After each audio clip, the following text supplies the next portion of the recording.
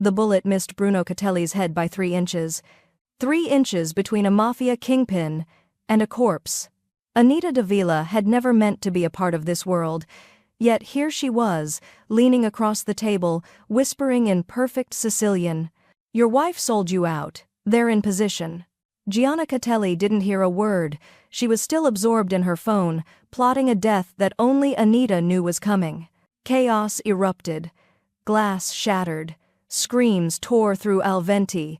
The sniper had fired again.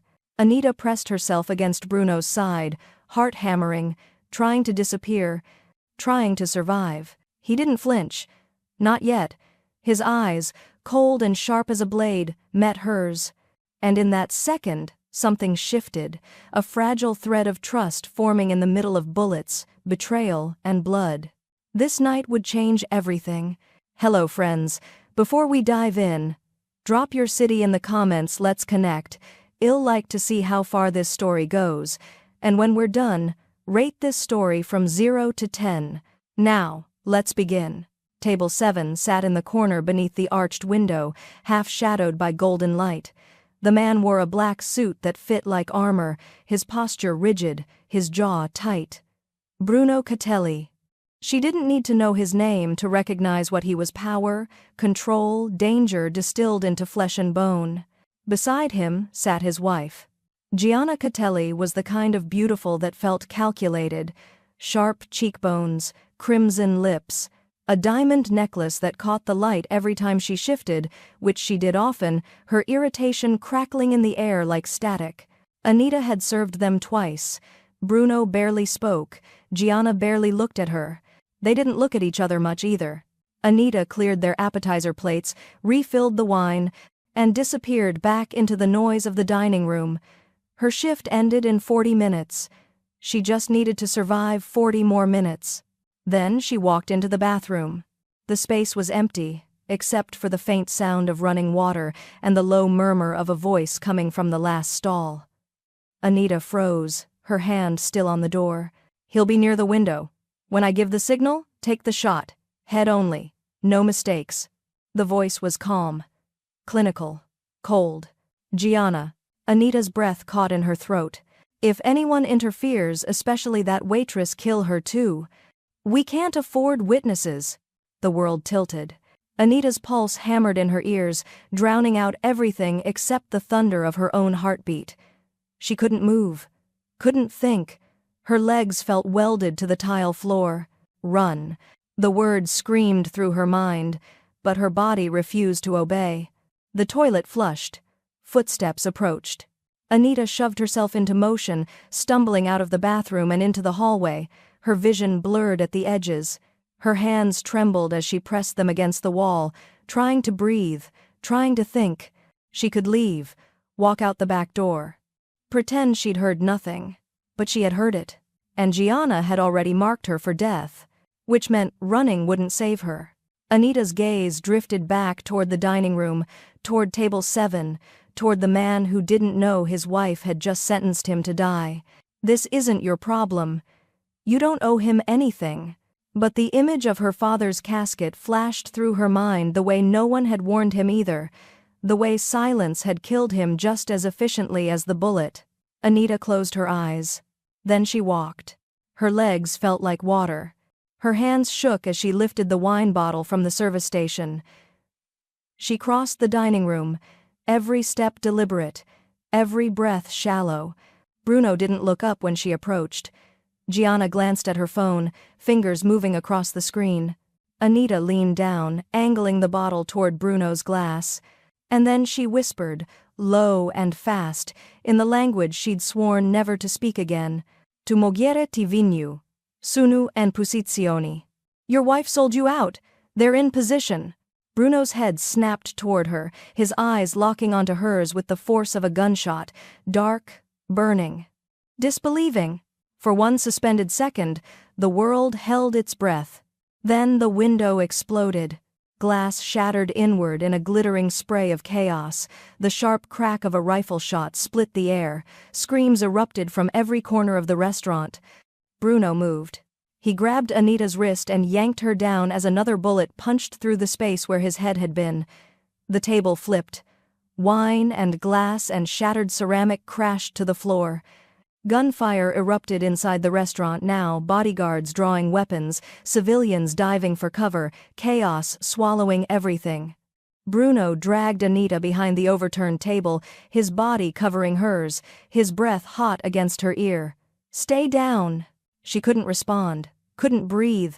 Her entire body shook as bullets tore through the restaurant, as people screamed, as the world became noise and violence and terror. Bruno's men returned fire. Footsteps thundered. Voices shouted in Italian. And somewhere in the chaos, Gianna was gone. When the gunfire finally stopped, the silence felt worse. Bruno pulled back, his hands still gripping Anita's shoulders, his gaze fierce and unreadable. Blood streaked his temple from a shard of glass, but his voice was steady. "How did you know?" Anita stared at him, her throat tight, her heart still racing. "I heard her," she whispered. "In the bathroom." She was giving the order. Bruno's jaw tightened. Something dark and terrible flickered across his face. "In Sicilian?" he asked. Anita nodded. His grip on her shoulders tightened. "Then you just saved my life." "She said to kill me too." Anita breathed, the words spilling out now. "If I heard anything." She said, "I know." Bruno's voice was ice. "Which means you're not safe anymore." Before Anita could respond, his men surrounded them, guns drawn, scanning the wreckage. One of them spoke rapidly in Italian. Bruno answered, his tone clipped, commanding. Then he looked back at Anita, his expression unreadable. "You're coming with me."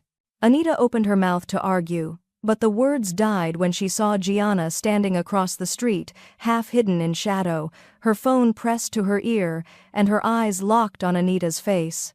Anita's legs buckled the moment Bruno's men pulled her upright. She didn't fall, someone caught her elbow, steadying her, but the world tilted anyway. Her ears rang from the gunfire. Her hands trembled. The acrid smell of gunpowder mixed with shattered wine and blood made her stomach turn. "Clear the perimeter," Bruno barked in Italian, his voice cutting through the chaos like a blade. "Find her, now." His men scattered, weapons drawn, moving through the wreckage with practiced efficiency. Sirens wailed in the distance, growing closer. Bruno turned back to Anita, his dark eyes scanning her face with an intensity that made her feel exposed. "You're bleeding." "I'm what?" Anita looked down. A thin line of blood traced down her forearm where glass had sliced through her sleeve. She hadn't even felt it. "It's shallow." Bruno's hand closed around her wrist, turning her arm to examine the cut. His touch was surprisingly gentle, controlled. "You'll live." "That's reassuring," Anita muttered, her voice shaking. Something flickered in his expression, not quite amusement, but close. "You have a sense of humor. Even now. It's either that or scream." She pulled her arm back, hugging herself. "I think I'm going to be sick." "Not yet." His hand moved to her shoulder, grounding her. "Look at me." She did. His face was stone, no fear, no panic, just cold calculation and something darker burning beneath the surface. "You saved my life," he said quietly. "That means you're under my protection now. Do you understand? I don't want—" "It's not a choice." His grip tightened fractionally. "Gianna heard you, she saw you, which means you're already a target." The weight of those words hit her like a fist to the chest. Anita's breath caught. "She was just going to kill me anyway." "In the bathroom," she said. "I know what she said." Bruno's jaw tightened. "And now she knows you cost her everything." The police burst through the shattered entrance, weapons raised, voices shouting commands. Bruno's men holstered their guns with choreographed precision, raising their hands in a gesture of compliance that felt practiced. A detective pushed through the crowd, late 40s, graying hair, tired eyes that had seen too much. His gaze landed on Bruno, then shifted to Anita. "Mr. Catelli." The detective's voice was flat. "We meet again." "Detective Alvarez." Bruno released Anita's shoulder but didn't step away. "I assume you'll want statements." "From everyone." Alvarez's gaze lingered on Anita. "Especially her." 20 minutes later, Anita sat in a chair near the bar, a blanket draped over her shoulders, her hands wrapped around a glass of water she hadn't touched. Her statement had been short, clinical. "I heard something," I warned him. "Someone shot at us." She'd left out the Sicilian, left out Gianna's name, left out the part where she'd become a witness to an attempted assassination. Detective Alvarez hadn't believed her. She could see it in his eyes. But he'd let her go anyway. Bruno appeared beside her, his presence announced by the subtle shift in the air. He crouched down so they were eye level, his expression unreadable.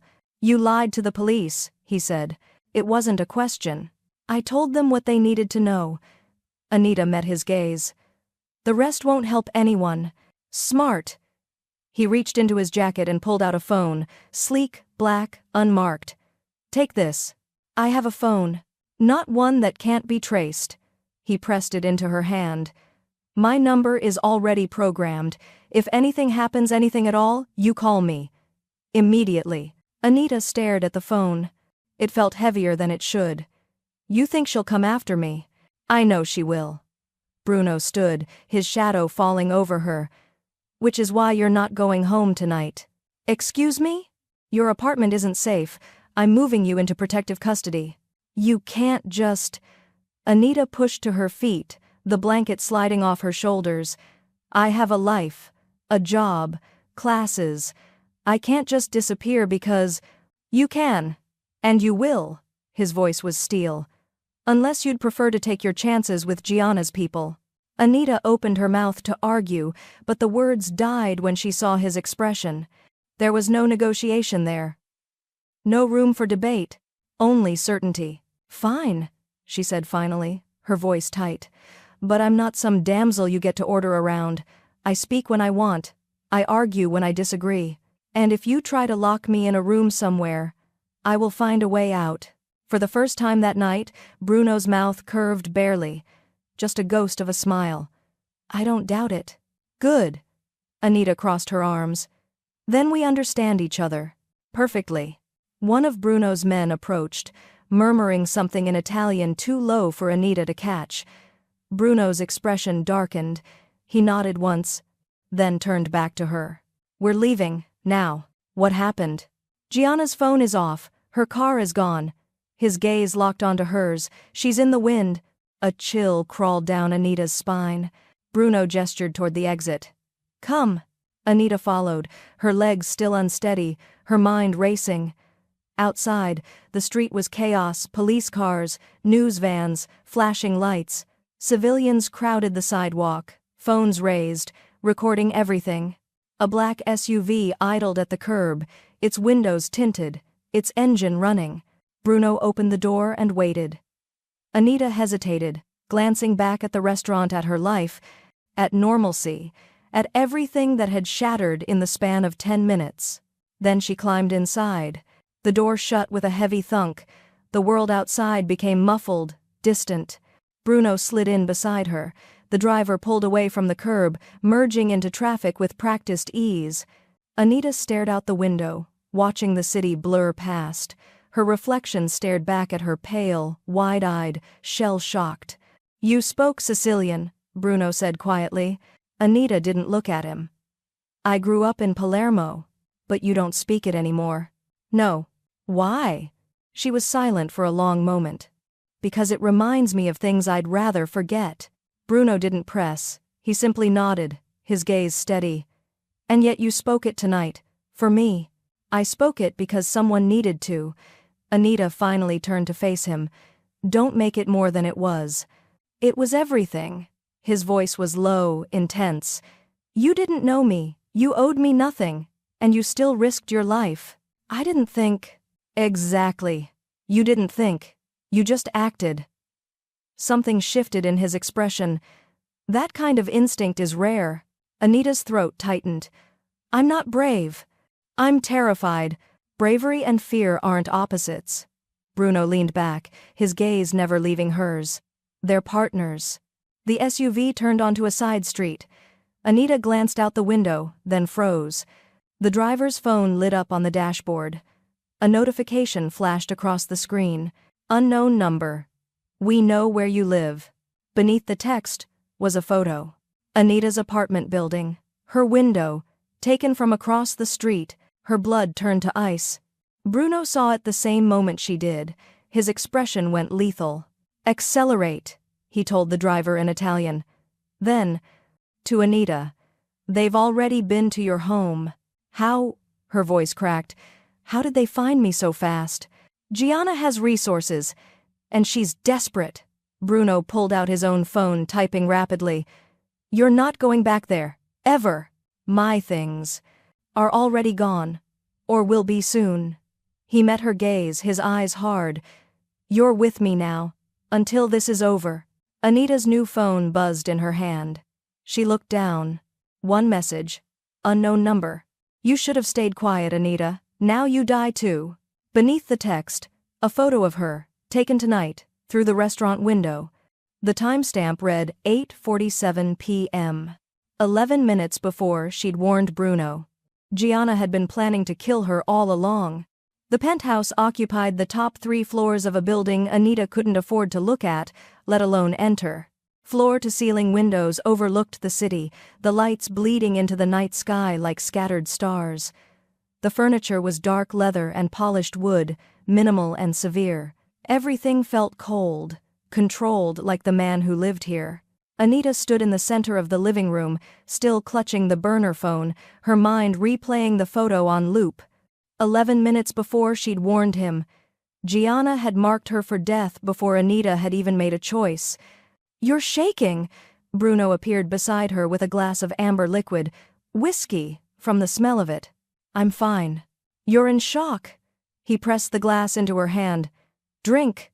Anita took it but didn't drink. How did she know? I was nobody, a waitress. How did she even notice me? Gianna notices everything. Bruno moved to the window, his silhouette sharp against the city lights. It's how she survived this long. Survived what? Being something she's not. He didn't turn around. Being my wife. The bitterness in his voice cut through the air like a blade. Anita set the glass down. "Your men said my apartment was broken into." "It was." Bruno pulled out his phone, swiping through images before handing it to her. "These were taken 20 minutes ago." Anita's stomach dropped. Her apartment looked like a hurricane had torn through it, furniture overturned, drawers emptied, her clothes shredded and scattered across the floor. On her bed, spray-painted in red across the white sheets, "Silenzio o morte." Silence or death. "They destroyed everything," she whispered. "They were looking for evidence, anything that connects you to me, to tonight, to what you heard." Bruno took the phone back. "They didn't find anything because there's nothing to find. But that won't stop them." Anita's hands curled into fists. "So what now? I just hide here forever? Until I end this." His gaze locked onto hers. "You have my word." "Your word." She laughed, the sound hollow. "I don't even know you." "You know enough." Bruno stepped closer, his presence overwhelming. "You know I don't break my promises, and you know that as long as you're with me, no one touches you." "How can you be so sure?" "Because anyone who tries will die." His voice was flat, final, and Gianna knows that. The certainty in his tone should have terrified her. Instead, it steadied something inside her chest. "I need to call my work, my professors, my—" Anita stopped, reality crashing down. "I can't just disappear. People will notice. They'll be told you're taking emergency leave." "Family crisis." Bruno gestured toward the hallway. "There's a guest room. First door on the right. Everything you need is already there. You're very prepared." "I'm always prepared." He turned back toward the window. "Get some rest. Tomorrow we start digging." "Digging for what?" "Proof." His reflection stared back at her from the glass. "That my wife is a traitor. And that she's working with someone inside my organization." Anita couldn't sleep. The guest room was pristine white linens, soft lighting, a view that rivaled the one in the living room. But every time she closed her eyes, she saw the shattered window, heard the rifle crack, felt Bruno's weight pinning her to the floor. At 2 a.m., she gave up and padded into the kitchen. Bruno was already there. He stood at the counter, shirtless, a tattoo of a lion sprawled across his shoulder blade. He was pouring coffee black, no sugar, and didn't look surprised when she appeared. "Can't sleep?" he asked. "Can you?" "Not for years." He slid a second mug toward her. "Coffee? At 2 in the morning? Sleep is overrated." He leaned against the counter, studying her. "You're different than I expected." "What did you expect?" "Fear. Hysteria. Regret." His mouth curved slightly. "Not humor. Humor keeps me from screaming." Anita took the coffee, wrapping her hands around the warmth. "Besides, if I'm going to die, I'd rather do it with a sense of humor intact." "You're not going to die. You can't promise that." "I just did." Bruno's gaze burned into hers. "And I keep my promises." Anita wanted to believe him. The terrifying part was that she almost did. Her phone buzzed on the counter. The burner. She grabbed it, her pulse spiking. Another message. Another photo. This time, it wasn't her apartment. It was her. Walking into Bruno's building. Time stamped 15 minutes ago. Beneath it. "Found you." The mug slipped from Anita's hands, shattering against the tile. Bruno moved instantly, pulling her back from the glass. His grip on her arms was firm, grounding.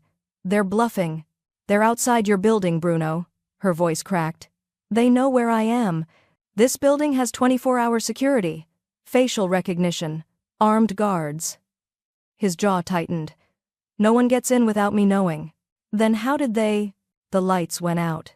The entire penthouse plunged into darkness. Anita's breath caught. Bruno's hand found hers in the blackness, pulling her close. "Stay behind me," he murmured. Emergency lighting flickered on, bathing everything in red. Bruno moved toward the hallway, silent and lethal.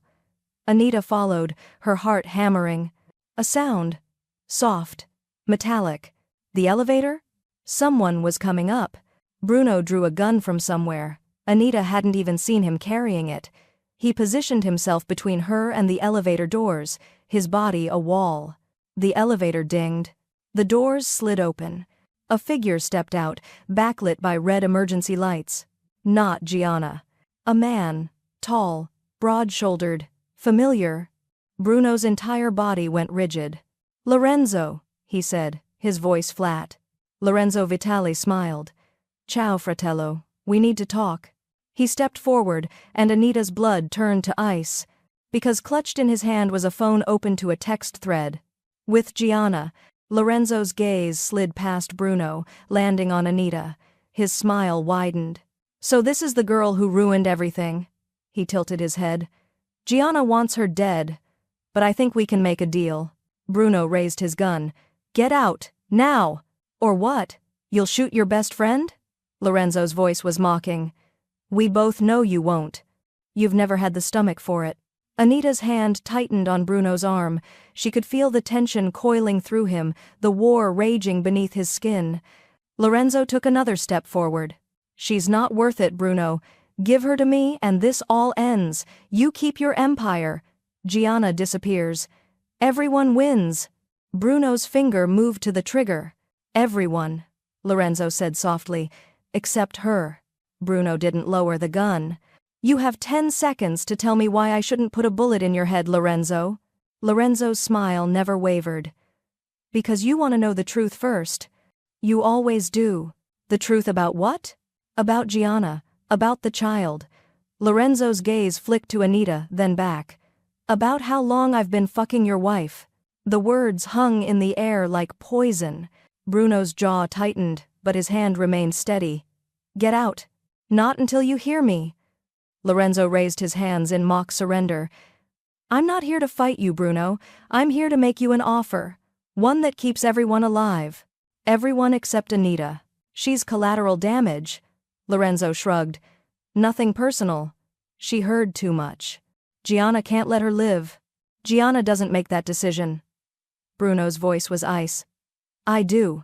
Anita's pulse hammered in her throat. She could feel the violence building between them, thick and suffocating. Lorenzo took another step forward. "You really want to die for a waitress you met 6 hours ago?" "I want," Bruno said quietly, "to understand why my best friend betrayed me." Something flickered across Lorenzo's face. "Betrayed? Bruno, I saved you. By plotting my assassination? By giving you a way out. Lorenzo's voice rose, passionate now. You were drowning in that marriage. Gianna was suffocating you. I gave you an exit. By murdering me? By making it quick. Lorenzo's expression hardened. Better than watching you waste away in a loveless marriage for another 20 years. Bruno's finger tightened on the trigger. How noble. It was supposed to be clean, painless, over. Lorenzo gestured toward Anita. Then she interfered. She saved my life. She ruined everything. Lorenzo's mask slipped, rage bleeding through. 3 years of planning, 3 years of positioning, all destroyed because some girl decided to play hero. Anita found her voice. You're insane. Lorenzo's gaze snapped to her. I'm practical. Bruno was always going to die. The Empire was always going to fall to someone stronger. I just made sure it was me. And Gianna? Bruno asked, his voice deadly calm. Gianna was the key. Lorenzo smiled again. She seduced you, trapped you, gave you a son. He's not my son. The words dropped like a guillotine. Lorenzo's smile froze. I ran the DNA 3 hours ago. Bruno pulled a folded paper from his pocket, tossing it toward Lorenzo. The child she's carrying isn't mine. Lorenzo didn't move to pick it up. He didn't need to. He's yours, Bruno continued, his voice flat. You've been sleeping with my wife since before we married. She faked the pregnancy test, trapped me, and you helped her do it. Bruno. How long? The gun raised higher. How long have you been planning to destroy me? Lorenzo's jaw tightened. From the beginning, the admission hit like a physical blow.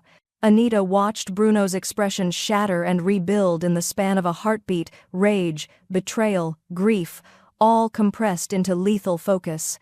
She was never yours, Lorenzo said. She was always mine. The marriage, the pregnancy, the empire, it was all part of the plan. What plan? The Marcellis. Lorenzo's voice turned cold.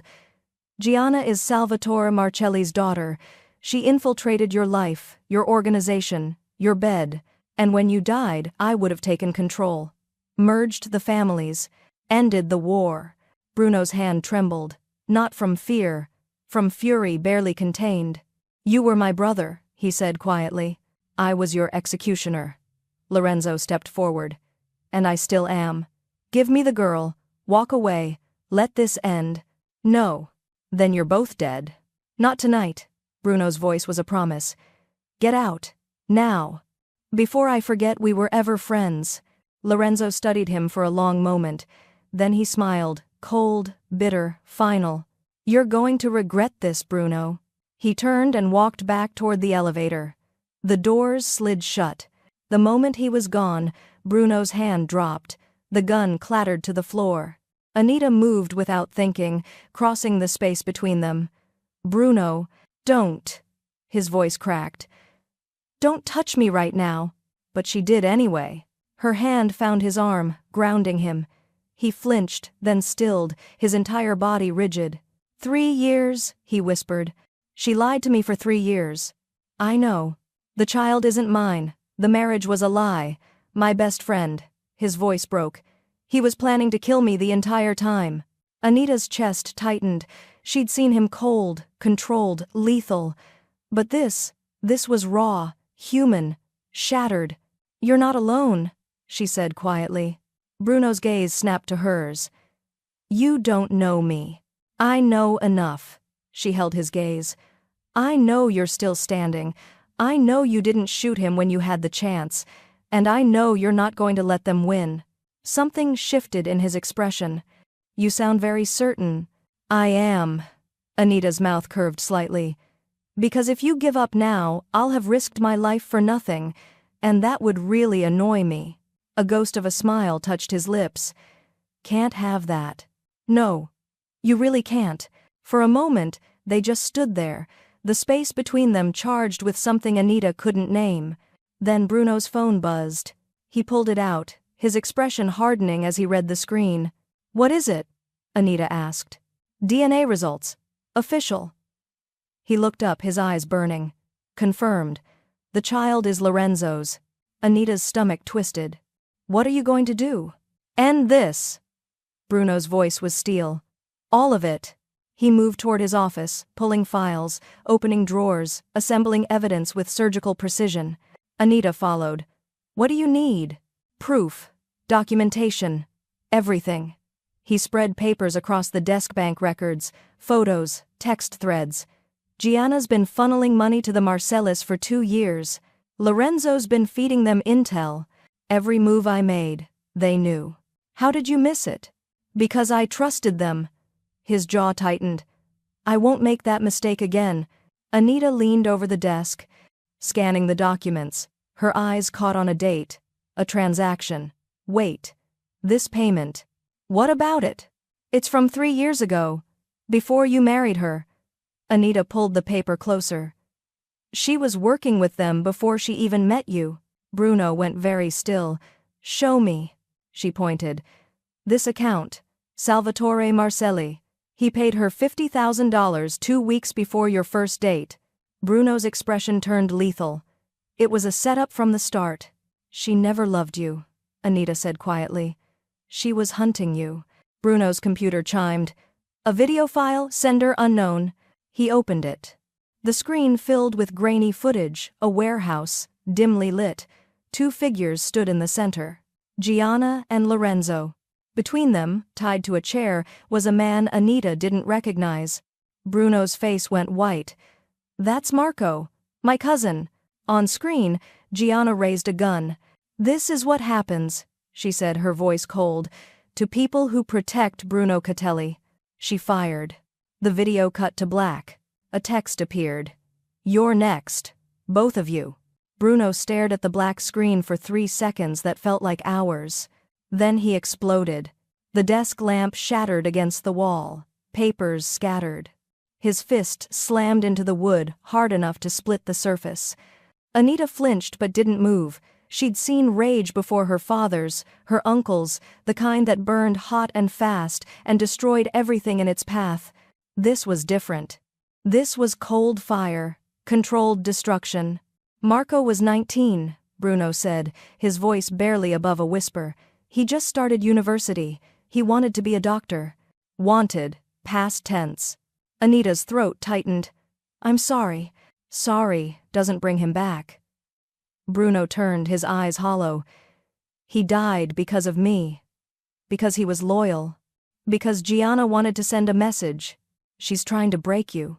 She already has. He picked up the computer, fingers flying across the keyboard. But she's made a mistake. What mistake? She showed me her face. The screen filled with freeze frames from the video, Gianna's profile, the warehouse background, a shipping container in the corner with faded lettering. She thinks I'm broken. Desperate. That I'll make a mistake. Won't you? Bruno's gaze snapped to hers. No. Because now I know exactly who she is. He pulled up another file, genealogy records, immigration documents, birth certificates.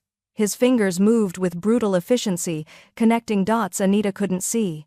Gianna Russo, he muttered. That's the name she gave me. Clean background.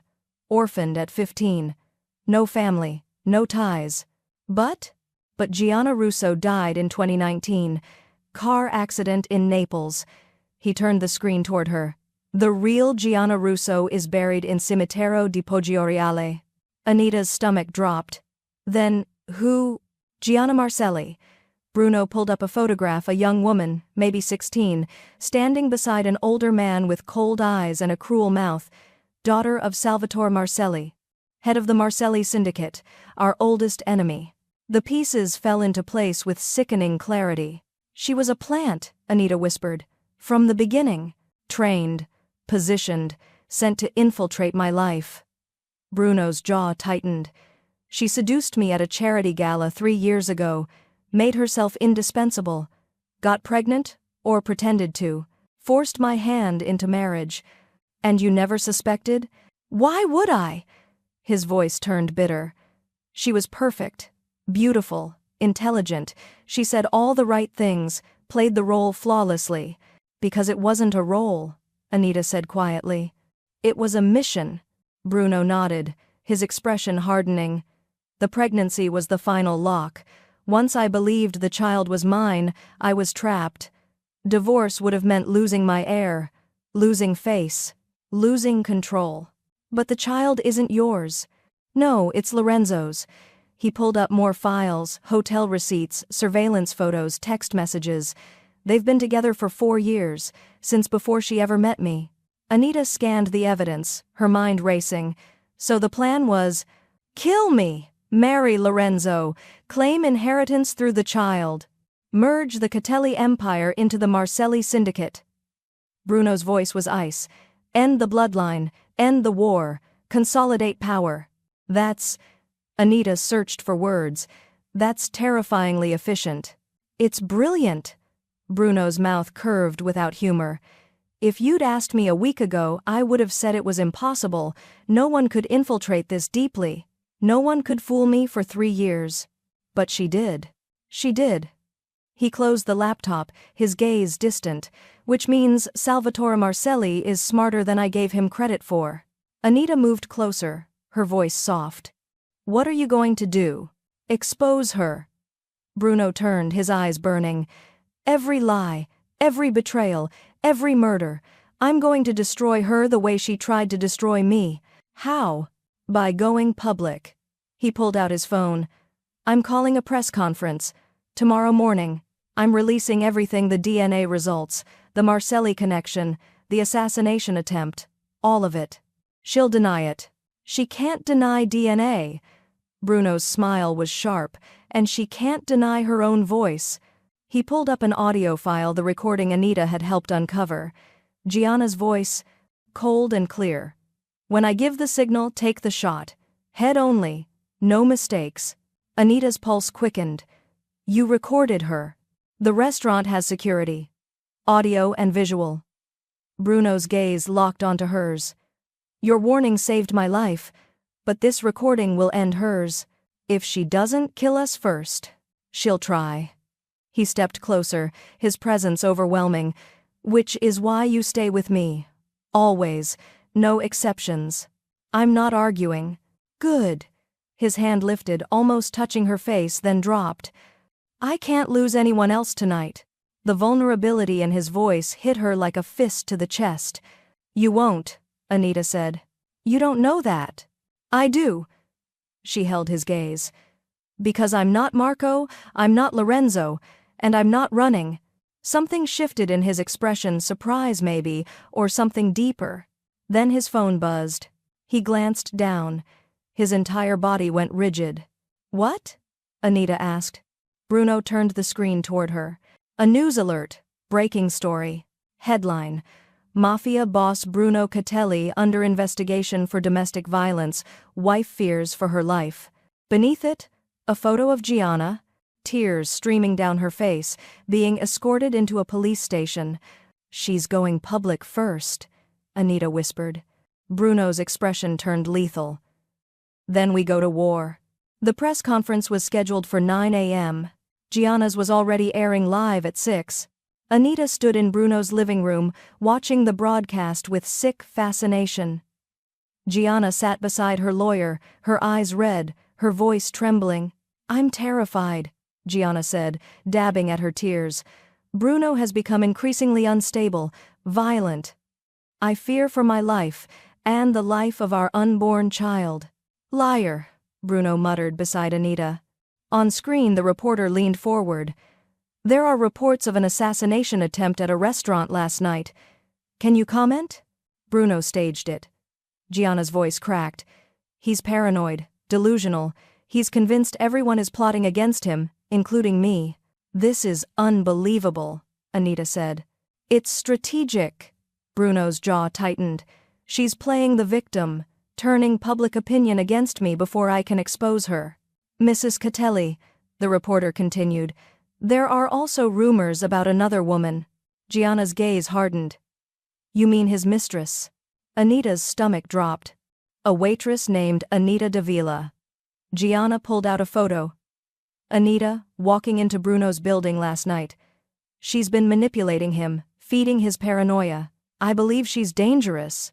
She just painted a target on your back, Bruno said quietly. It was already there. Anita's hands curled into fists. What do we do? We fight back. Bruno pulled out his phone. I'm releasing everything. Now. He uploaded the file's DNA results, Marcelli connections, audio recordings. Within minutes, the story exploded. Social media erupted, news outlets scrambled, the narrative fractured. Anita's phone buzzed. Messages flooded in threats, support, confusion. Then one message stood out. Unknown number? You want a war? You'll get one. Attached was a photo, a bomb vest, and a familiar location. Bruno's face drained of color. What is it? Anita asked. He turned the phone toward her. The photo showed the Catelli family estate, the annual summit, scheduled for tomorrow. 50 people, Bruno's entire family. And somewhere in that crowd, hidden, was a bomb. The text beneath read, I'll take everyone. Unless you give me what I want. Her. Cancel the summit. Bruno's voice was steel, but Anita heard the fracture underneath. You can't. She moved closer, her mind racing. If you cancel, she wins. Your family will think you're weak. The organization will fracture. If I don't cancel, 50 people die. Not if we find the bomb first. Anita grabbed his arm, forcing him to look at her. She's bluffing. She has to be. Gianna doesn't bluff. Bruno's jaw tightened. She executes. Then we execute better. Anita's voice steadied, surprising even herself. We sweep the estate, find the device, disarm it. And we do it before she knows we're onto her.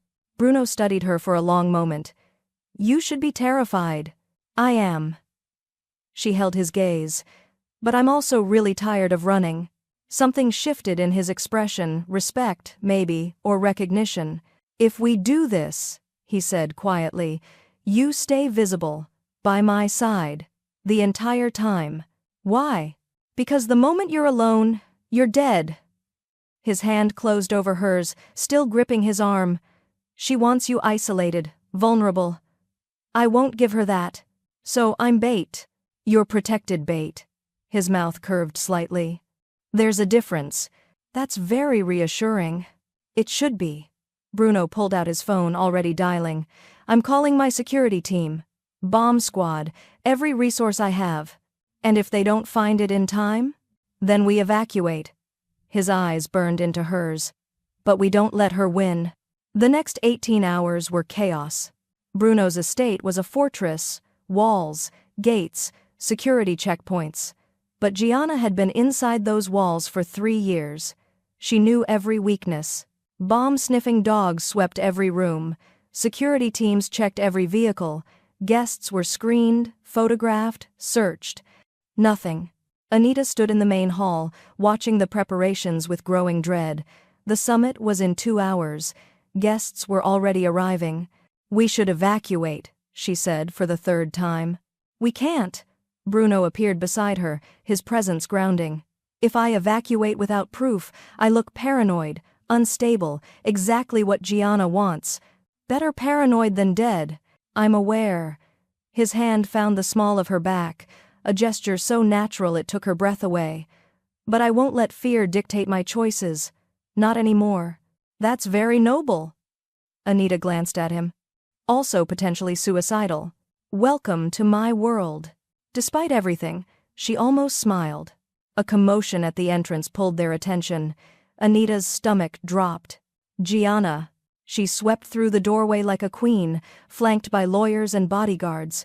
Her eyes were red-rimmed but sharp, her designer dress perfectly tailored to hide the pregnancy that wasn't Bruno's. The room fell silent.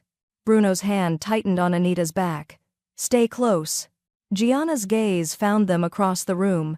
Her expression flickered surprise, rage, calculation, before smoothing into practiced grief. Bruno. Her voice carried, soft and wounded. I didn't expect you to let me in. This is still your home. His tone was ice. Until the divorce is finalized. Divorce. Gianna's hand moved to her stomach. You'd abandon your child? That's not my child. Bruno's voice cut through the room. And everyone here knows it. Gasps rippled through the gathered family members. Gianna's mask cracked. "You have no proof." "I have DNA results." Bruno pulled a folder from his jacket, holding it up. "Certified. Witnessed. Conclusive. The child you're carrying belongs to Lorenzo Vitale." The room erupted. Gianna's lawyer stepped forward, voice sharp. "Mr. Catelli, these allegations aren't allegations." Bruno opened the folder, displaying the results. "They're facts." Anita watched Gianna's face transform grief, dissolving into cold fury. "You want to play this game?" Gianna's voice turned lethal. "Fine. Let's talk about facts. Like the fact that you tried to kill me, that you're sleeping with your waitress, that you've become a violent, paranoid—" "I have recordings," Anita interrupted. Every eye turned to her. Gianna's expression went blank. "Recordings." Anita stepped forward, her heart hammering but her voice steady. "From the restaurant. Audio and visual. Of you ordering Bruno's assassination." "That's impossible." "It's not." Bruno pulled out his phone, connecting it to the room's sound system. "Al Venti has extensive security, including the women's bathroom." Gianna's face drained of color. Bruno pressed play. Gianna's voice filled the room, cold and clear. "He'll be near the window. When I give the signal, take the shot. Head only. No mistakes." Silence. Heavy. Damning. "If anyone interferes, especially that waitress, kill her too." Anita watched the room turn against Gianna in real time. Family members stepped back. Whispers exploded. Phones appeared, recording everything. Gianna's lawyer grabbed her arm, pulling her toward the exit. "We're leaving, now." "No." Gianna jerked free, her gaze locked on Bruno. "You think this is over? You think exposing me changes anything?" "It changes everything." Bruno's voice was final. "You're done." "Am I?"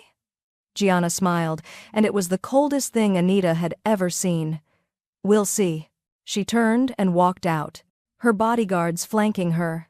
The moment she was gone, the room erupted in chaos. Bruno's phone buzzed. He glanced down, his expression hardening. "What?" Anita asked. "Police." He showed her the screen. "Arrest warrant. For Gianna. Attempted murder. Conspiracy. Fraud." Relief flooded through Anita. "It's over." "Not yet." Bruno's gaze was distant. "She'll run. She has resources. The Marcellis will protect her. Then we hunt her down." Bruno looked at her, something unreadable in his eyes. "You sound very certain." "I am." Anita held his gaze. "She tried to kill you. She tried to kill me. I want her in prison." "So do I." His hand found hers, fingers intertwining. "But first, we survive the next 2 hours. The bomb. If it exists." Bruno's jaw tightened. "We keep searching." 1 hour later, the estate was clear. No device, no explosives, no threat. Anita stood on the terrace, watching the sunset bleed across the sky. Her body ached with exhaustion, her mind still raced. "It was a bluff," Bruno said behind her. She turned. He looked tired, the weight of the day carved into his features. "Maybe," she said. "Or maybe she just wanted us distracted." "From what?" Anita's phone buzzed. News alert. Breaking. Gianna Catelli escapes police custody, manhunt underway. Her blood turned to ice. Bruno read over her shoulder, his expression going lethal. "She's gone," Anita whispered. "Not for long." Bruno pulled out his phone, already dialing. "I'm activating every contact, every resource. She won't get far." Bruno. Another notification. This time on Bruno's phone. A video message. Sender unknown. He opened it. The screen filled with Gianna's face, cold and composed. "Hello, Bruno." Her voice was calm. "By now you know I've escaped. Good. I wanted you to know I'm coming for you. And for her." The camera panned. Anita's heart stopped. Behind Gianna stood rows of armed men. Military-grade weapons, tactical gear. "The summit was never the target," Gianna continued. "It was the distraction." The camera panned again. A building. Familiar. Terrifying. Bruno's primary headquarters, the heart of his empire. I'm going to burn it all down, Gianna said softly. Everything you built, everyone you love. She smiled. Starting tonight. The video cut to black. Then Anita's phone rang. Unknown number. She answered, her hand shaking. Gianna's voice live. Run, Anita, because I'm already inside. An explosion lit up the night sky. Bruno's headquarters engulfed in flames. The explosion painted the night sky orange and red, flames clawing toward the stars.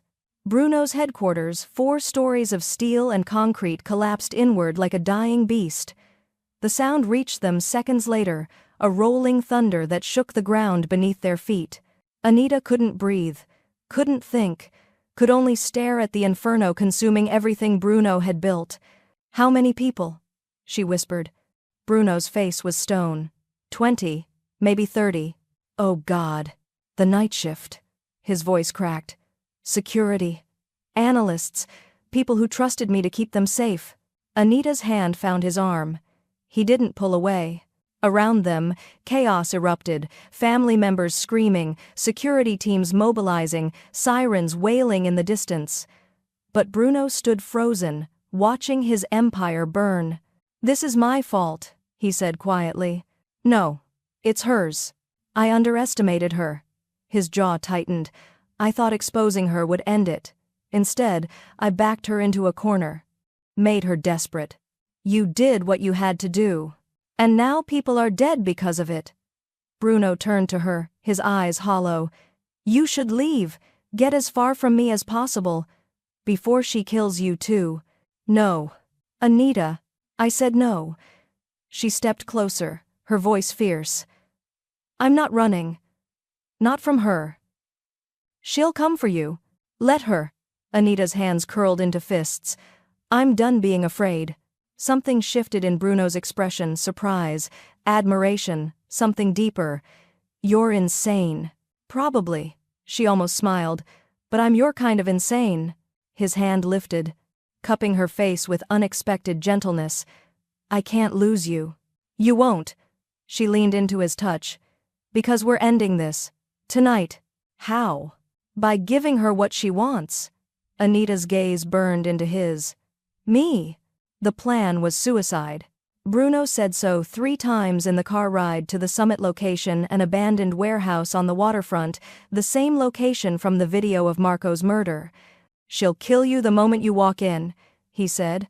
Not if she thinks she can use me. Anita checked the wire taped to her ribs, the tiny microphone hidden in her collar. She wants leverage. A way to control you.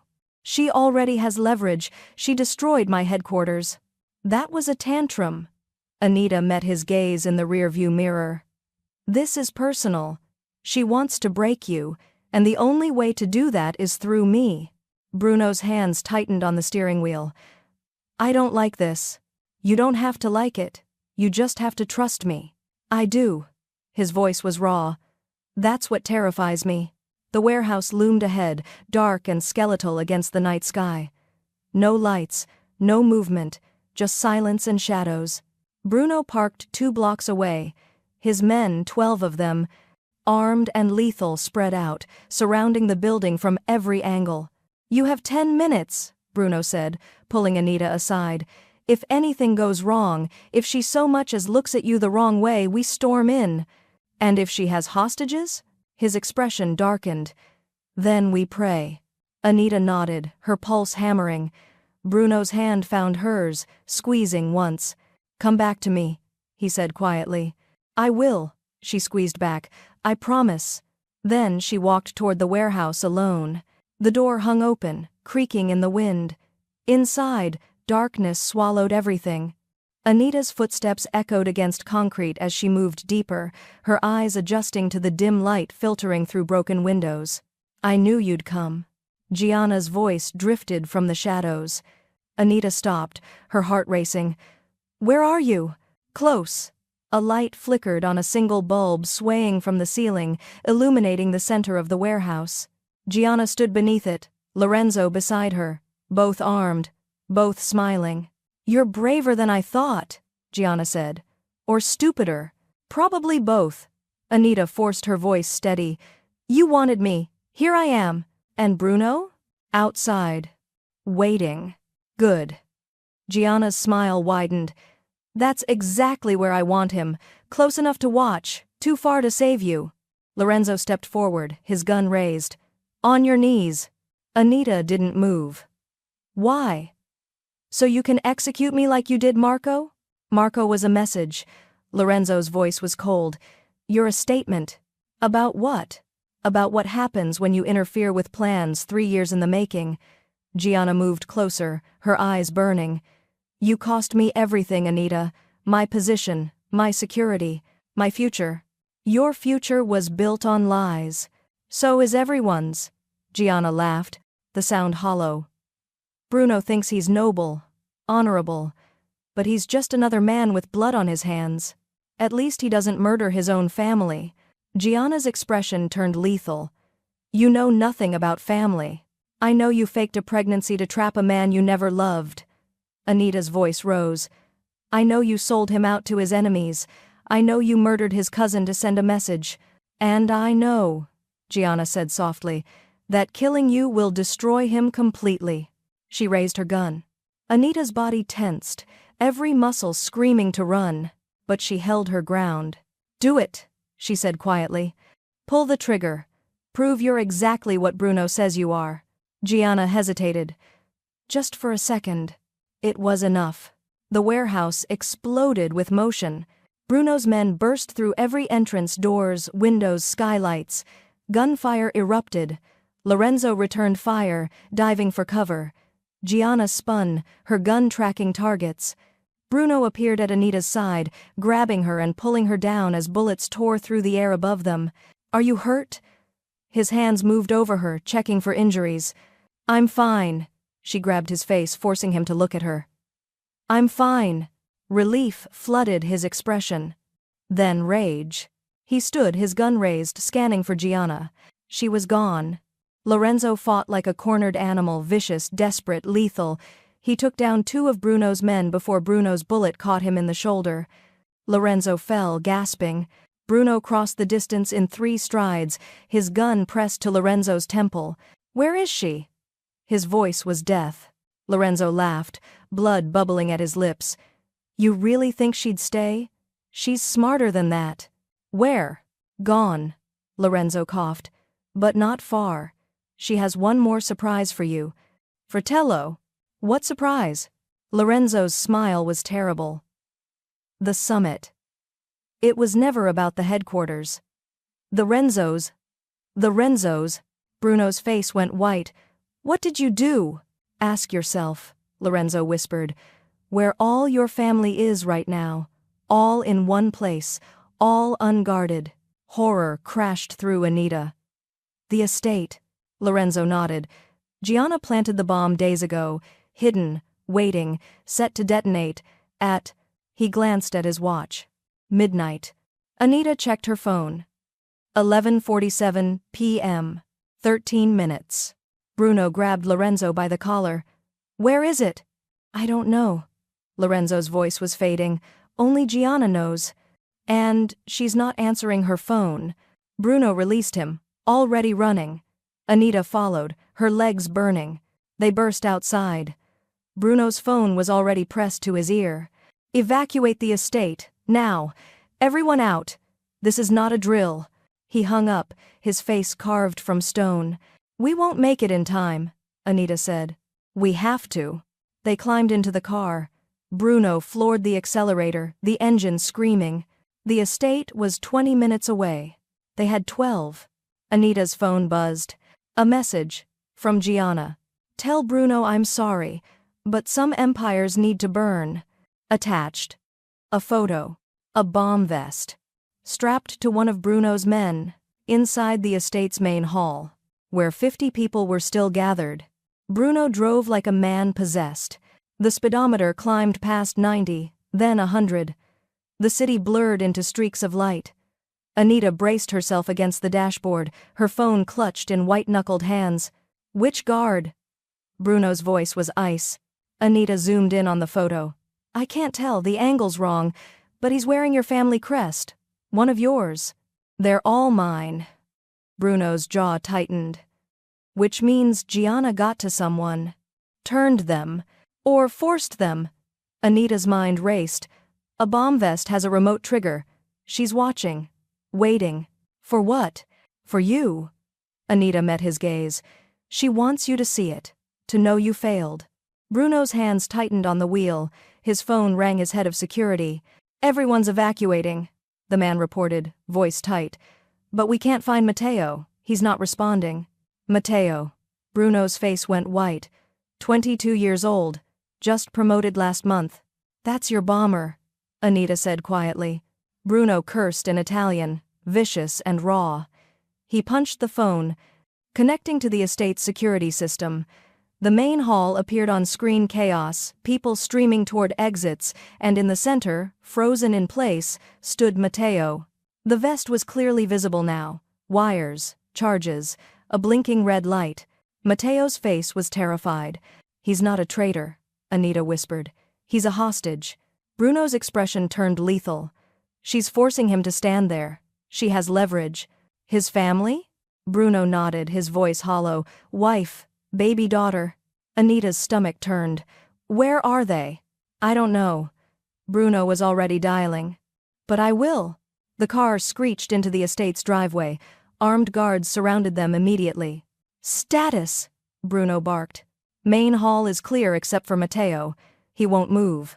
Says if he does, his family dies. Bruno was out of the car before the guard finished speaking. Anita followed, her legs unsteady but her resolve solid. The main hall was eerily silent now, the evacuation complete. Only Matteo remained, standing in the center like a statue, tears streaming down his face. Boss, he choked out when he saw Bruno. I'm sorry. I'm so sorry. She has Elena. She has Sophia. She said, if I don't, I know. Bruno's voice was surprisingly gentle. Where are they? I don't know. She wouldn't tell me. Just said, his voice broke. If I move, she detonates. If I try to remove the vest, she detonates. If you call the police, she detonates. Bruno finished. I understand. Anita moved closer, studying the vest. The trigger is remote, which means she's close, watching. Or she has someone watching. Bruno pulled out his phone, his fingers flying. I'm tracking every camera, every signal in a 2-mile radius. Boss, you need to leave. Matteo's voice cracked. Get everyone out. Let me die alone. No one's dying. Anita stepped forward before Bruno could stop her. How long have you been standing here? 30 minutes. Maybe more. And the vest hasn't detonated. Anita crouched, examining the device without touching it. Which means it's not on a timer. It's manual trigger only. How does that help? Matteo asked. It means Gianna's bluffing. Anita stood, her mind racing. She wants Bruno here. She wants him to watch, but she won't detonate until... A slow clap echoed through the hall. Anita's blood froze. Gianna stepped out from behind a pillar, her gun raised, her smile vicious. Very clever, Anita. Her voice dripped venom. But not clever enough. Bruno's gun was already drawn. Let him go. No. Gianna moved closer, circling like a predator. He's my insurance. The moment you try anything, I press this button, and everyone in this building dies. She held up a small remote. Red button. Blinking light. Where's his family? Bruno demanded. Safe. For now. Gianna's gaze slid to Anita. But I'll make you a deal. Her life for theirs. No, Bruno said immediately. Yes, Anita said. Bruno's head snapped toward her. Absolutely not. It's the only way. Anita stepped forward. Let Matteo go. Let his family go. I'll take his place. No, Bruno grabbed her arm. I won't trade your life. You don't get to decide. Anita pulled free, her eyes burning. I'm choosing this. How noble, Gianna laughed. But pointless. I'm going to kill you anyway. Then do it. Anita faced her.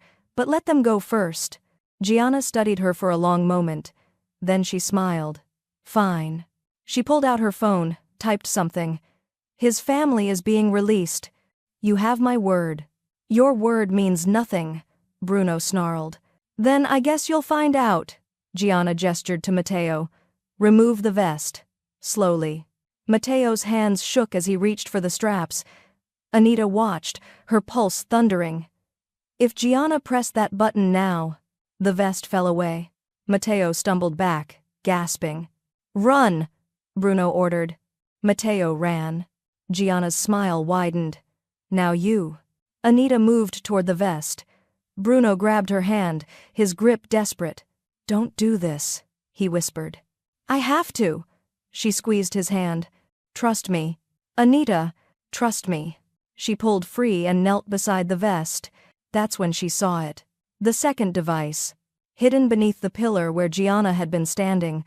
Larger, deadlier, already counting down. 3 minutes.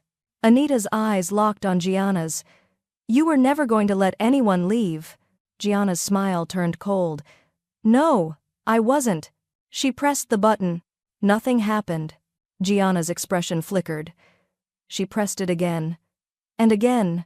Looking for this? Bruno held up a small black box, a signal jammer. I've had it running since we arrived. Rage twisted Gianna's face. Gunfire erupted. Bruno's men burst through every entrance. Gianna dove for cover, returning fire. The hall exploded into chaos, bullets, screams, shattered glass. Bruno pulled Anita behind an overturned table. The bomb under the pillar. Can you disarm it? I don't know how. You have 2 minutes to learn. Anita's mind raced. She crawled toward the device, her hands shaking. Wires, too many wires, red, blue, green, yellow. Which one? She shouted over the gunfire. Bruno appeared beside her, his gun firing toward Gianna's position. I don't know. Great. Very helpful. Anita scanned the device. Her mind flashed to a documentary she'd watched once, something about bomb disposal. Cut the wire connected to the power source. But which one was the power source? 1 minute. Anita's fingers hovered over the wires. Red felt too obvious. Blue felt wrong. Green. A bullet shattered the table beside her. Bruno returned fire, his body shielding hers. Whatever you're doing, do it faster. 30 seconds. Anita closed her eyes, took a breath, and cut the green wire. The countdown stopped. But the device didn't disarm. It reset. 10 seconds. Run! Anita screamed. Bruno grabbed her, hauling her toward the exit. The world became motion and terror, and the thundering certainty that they weren't going to make it. The explosion threw them through the doorway. Heat, sound, pressure. Anita hit the ground hard, her ears ringing, her vision swimming. Smoke filled her lungs. She couldn't hear, couldn't breathe. A hand grabbed hers. Bruno. He pulled her to her feet, his mouth moving, words she couldn't hear. Behind them, the hall was an inferno. And through the smoke, a figure emerged. Gianna. Bloody, burned, but alive. And she had Anita's gun. Gianna stood, framed by flames, a nightmare made flesh. Half her face was burned, skin blistered and raw. Her designer dress hung in charred tatters. But her eyes, those cold, calculating eyes, burned brighter than the inferno behind her. The gun in her hand didn't waver. You should have stayed down, Gianna said, her voice hoarse from smoke. Both of you. Bruno stepped in front of Anita, his body a wall. His own gun was gone, lost somewhere in the explosion. It's over, Gianna. The police are coming. The Marcellus won't protect you now. The Marcellus? Gianna laughed. The sound brittle and unhinged. You think I did this for them? For my father? She spat blood onto the scorched ground. I did this for me. Because you were supposed to be mine, my empire, my future. I was never yours. Bruno's voice was steel. You bought your way into my life with lies. And you were stupid enough to believe them. Gianna's finger tightened on the trigger. 3 years I played the perfect wife. 3 years I smiled and pretended and swallowed my disgust every time you touched me. Behind Bruno, Anita's mind raced. The gun, Gianna's stance. The distance between them may be 15 feet. Too far to rush her, too close to miss. But Gianna's hands were shaking, burned, injured. One shot, maybe two. Then she'd have to adjust her grip. "You're not going to shoot him," Anita said, her voice cutting through the smoke. Gianna's gaze snapped to her. "Excuse me? You heard me." Anita stepped out from behind Bruno, ignoring his sharp intake of breath. "You're not going to shoot him, because if you wanted him dead, you would have pulled the trigger already." "Anita." Bruno's voice was a warning. "You had snipers," Anita continued, moving slowly to the side, drawing Gianna's attention away from Bruno. "You had bombs. You had Lorenzo. But you're still here. Still talking. Still trying to make him understand." "Shut up!" Gianna's voice cracked. "You loved him." Anita took another step. "Maybe not at first. Maybe not when the Marcellus sent you. But somewhere along the way you actually fell for him." "I said shut up!" Gianna swung the gun toward Anita. Bruno moved. He launched himself at Gianna, crossing the distance in 3 strides. The gun fired the shot going wide, shattering what remained of a window. They collided. Gianna screamed, clawing at his face with burned hands. Bruno grabbed her wrist, slamming it against the ground once, twice. The gun skittered across the floor. Anita dove for it. Her fingers closed around the grip, just as Gianna wrenched free from Bruno, producing a knife from somewhere small, vicious, already slashing toward his throat. "No!" Anita raised the gun, her hands steady despite the terror screaming through her veins. Time fractured. Gianna's knife arced toward Bruno's neck. Bruno twisted, catching her wrist but off balance, vulnerable. Anita's finger found the trigger. The world narrowed to this single, impossible moment. And Anita fired. The bullet caught Gianna in the shoulder, spinning her backward. The knife clattered away. Gianna stumbled, her eyes wide with shock. "You shot me," she whispered. "You tried to kill him." Anita's voice didn't shake. "Tried to kill me, tried to kill everyone he loves." Gianna pressed a hand to her shoulder, blood seeping between her fingers. "I could have given him everything. Power, legacy, a real empire." "He didn't want your empire," Anita said quietly. "He wanted the truth." "The truth?" Gianna laughed, the sound wet and broken. "The truth is that I won. Even if I die here, I destroyed everything he built, his headquarters, his reputation, his trust." Her gaze locked on Bruno. "I destroyed you." "No." Bruno stepped forward, his expression carved from stone. "You destroyed yourself." Sirens wailed in the distance, growing louder. Red and blue lights painted the smoke. Gianna swayed, her legs buckling. She caught herself against a scorched pillar, her breathing ragged. "The baby," she whispered. "Did you know I actually wanted it to be yours? I prayed it would be. Because then, maybe I could have loved you both." Bruno's jaw tightened. "But it wasn't mine." "No!" Tears cut through the soot on Gianna's face. "It was Lorenzo's. Always Lorenzo's." She looked at Anita. "He never loved me either. Not really. We were just 2 people using each other to destroy someone better than both of us." Police burst onto the scene, weapons drawn, voices shouting commands. Paramedics followed, and chaos swallowed everything. Gianna didn't resist as they cuffed her hands and read her rights. She just stared at Bruno, hollow and defeated. "I hope she's worth it," she said as they led her away. Bruno didn't answer. He was already moving toward Anita, his hands framing her face, checking for injuries with desperate intensity. "Are you hurt?" His voice was raw. "I'm okay." Anita caught his wrists, steadying him. "I'm okay, Bruno. You shot her. I saved you." She managed a shaky smile. "We're even now." "Anita," his voice cracked. Whatever he'd been about to say dissolved as he pulled her against him, his arms crushing her close. She felt him trembling, this man of stone and steel, shaking like the world had nearly ended. Maybe it had. "It's over," she whispered against his chest. "It's finally over." 3 months later, the new headquarters rose from the ashes of the old, sleeker, stronger, better protected. Anita stood at the floor-to-ceiling window of Bruno's office, watching the city wake beneath a golden sunrise. She wore jeans and a simple sweater, her hair loose around her shoulders. No more waitress uniforms, no more hiding. "You're up early." She turned. Bruno stood in the doorway, 2 coffee mugs in his hands, his shirt untucked, his expression soft in a way that still surprised her. "Couldn't sleep," she admitted. "Nightmares?" "Memories." She took the coffee he offered. "It's different now, though. Less terrifying. More surreal. Gianna's trial starts next week." Bruno moved beside her, his shoulder brushing hers. "The prosecution thinks they have enough for 3 life sentences." "Good." Anita sipped her coffee. "And Lorenzo?"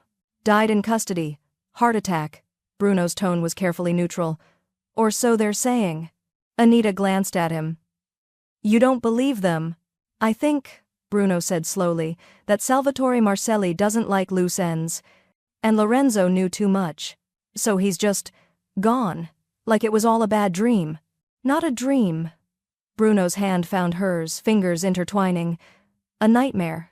But we survived it." "We did." Anita squeezed his hand. "Though I still can't believe you made me head of security operations. You spotted a bomb the experts missed. You saved my family. You saved me." His mouth curved. "Besides, you're the only person I trust completely. That's terrifying for both of us." "Probably."